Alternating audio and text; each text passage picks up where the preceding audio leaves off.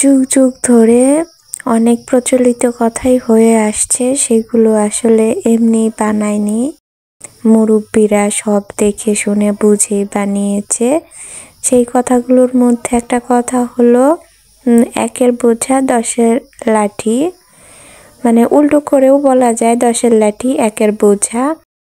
তো এই তো মাছ নিয়ে এসছে বাজার থেকে। আমি আসলে সাধারণত মাছ বেশি একটা কাটি না, এই যে এনে সেজন্য মাছ কাটতে বসে গেছে, যে আমি জানি আমি মাছ কাটি না।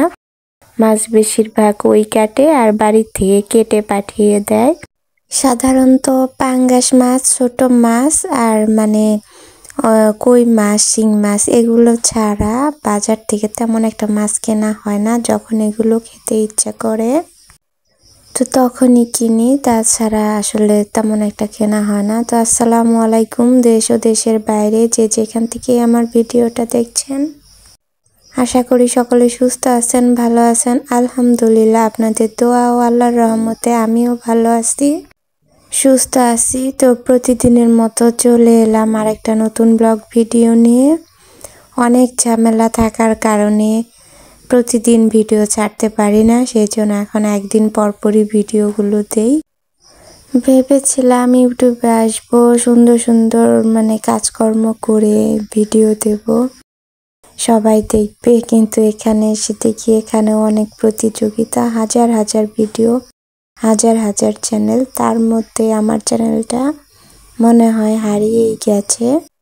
সব জায়গায় প্রতিযোগিতা, সব জায়গায় অনেক ভিড়, অনেক লাইন। এখানেও দেখলাম অনেক ইউটিউব চ্যানেল, অনেক লোকজন, অনেক আপুরা ভাইয়ারা অনেক অনেক ভিডিও দিচ্ছে। সেই ভিডিওর মধ্যে আমার ভিডিওটা যেন হারিয়ে যাচ্ছে। তো যাই হোক, তারপরেও ভাবলাম যে দিচ্ছি যখন চালিয়ে যাই, সেই জন্য এত ব্যস্ততার মাঝে একদিন পর পর ভিডিও দেই। তো যেহেতু আজকে 15-20 দিন যাবত একটানা বৃষ্টি, অনেক দিন দেখা যায় বৃষ্টি হচ্ছে তো হচ্ছে, আবার অনেক দিন একটু করে থামে আবার হয়। এই বৃষ্টির মধ্যে ঘরবন্দি জীবনযাপন, কারণ আমাদের সব কাজ বাইরে, থালাবাটি ধোও, মাছ ধোও, সবজি ধোও, চাউল ধোও, সব কাজই বাইরে। সেজন্য তেমন একটা কাজ করা হয় না, যেটুকু না করলে না হয় সেটুকুই করি। তো সেজন্য তেমন একটা শেয়ার করতে পারি না।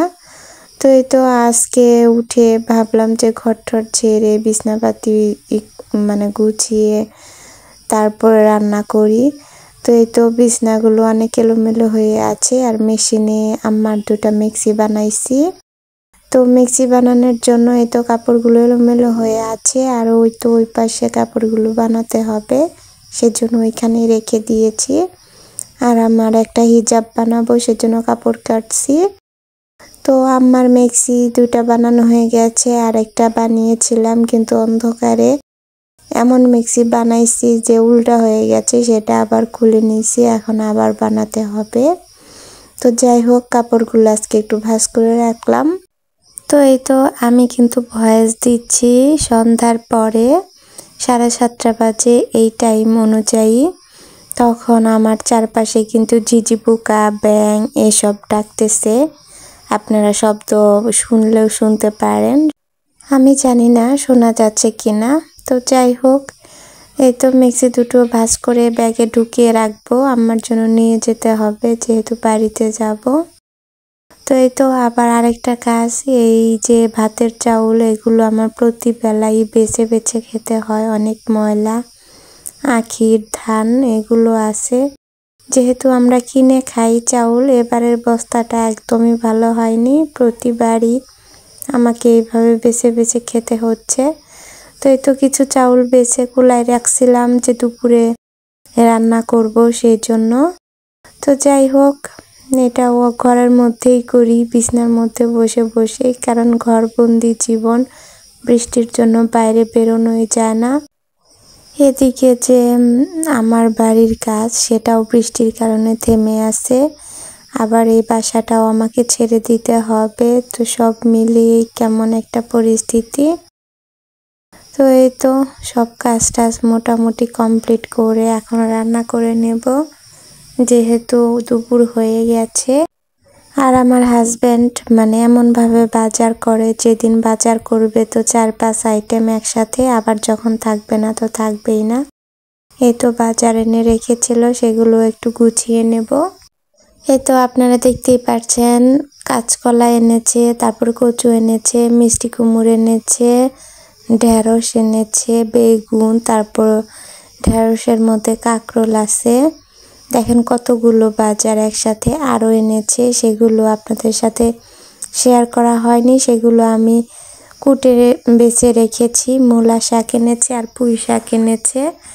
এত বাজার একসাথে করে, আমি যদি বলি যে মানে 2 দিন পর পরই কিনতে 2-3টা করে সবজি আনলেই যথেষ্ট, কিন্তু 2-3 দিন পর পর সে যাবে না, সে বারবার একই কাজ করবে। সপ্তাহে একদিন গিয়ে এই যে এই বস্তা বোঝাই করে সবজি এনে সেগুলো রেখে দেবে।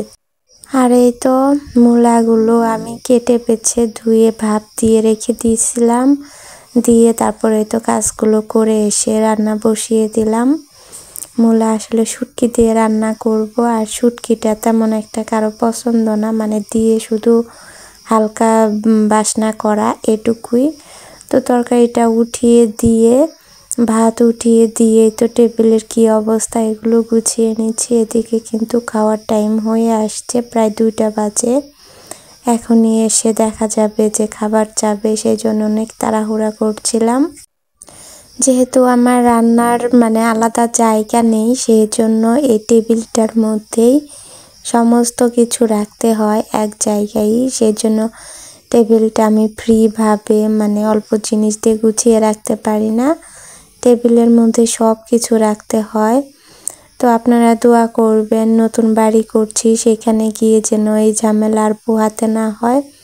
আলাদা করে একটা রান্নাঘর করে সেখানে যেন জিনিসপাতিগুলো রাখতে পারি, আমার খাবার টেবিলটা যেন একদম ফ্রি থাকে। অনেক স্বপ্নই তো অনেক সময় দেখি, এখন সঠিক মানে সেটা সঠিক হবে কিনা, পূরণ হবে কিনা জানি না, কারণ বিয়ের পর থেকে, বিয়ের আগের থেকেই স্বপ্ন দেখতাম ছোট্ট একটা সংসার হবে, আবার তারপরে বিয়ে হলো, বিয়ের পর থেকেই সাজানো গুছানো সংসার আশা করছি, কিন্তু সাজিয়ে গুছিয়ে উঠতেই পারছি না। আসলে আমার মনে হয় শুধু আমি না, প্রতিটা মেয়েই টিমটাম করে সুন্দর করে সাজানো গোছানো একটা সংসার চাই, সেটা সাধ্যের মধ্যেই হোক। তো যাই হোক, এদিকে কিন্তু আমি মূলা শাক আর মূলা রান্না করে নিয়ে খাবার দিয়ে দিছি, কারণ এসেছে, অনেক দেরি হয়ে গেছে রান্না করতে। আর এই তো আবার দেখেন, এই তো কই মাছ এনেছিল, এই কই মাছগুলো সময়ের অভাবের জন্য আমি পানির মধ্যে জিয়ে রাখছিলাম, যে এত কাজ একসাথে করতে পারবো না। তো সব কাজ শেষে, দুপুরে রান্না বান্না শেষে ভাবলাম যে এখন মাছগুলো কুটে নেই।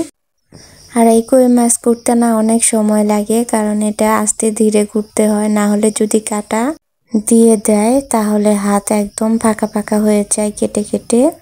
শুধু কই মাছের পিঠেই তো কাটা না, কই মাছের কান্তার মধ্যেও কিন্তু অনেক কাটা, সেই কাটাগুলো কই মাছগুলো কুটার সময় বিধিয়ে দেয়।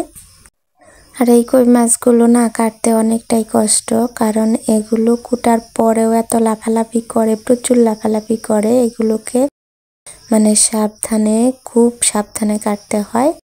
আর যেহেতু আমি মাছ কাটায় একদম পটু না,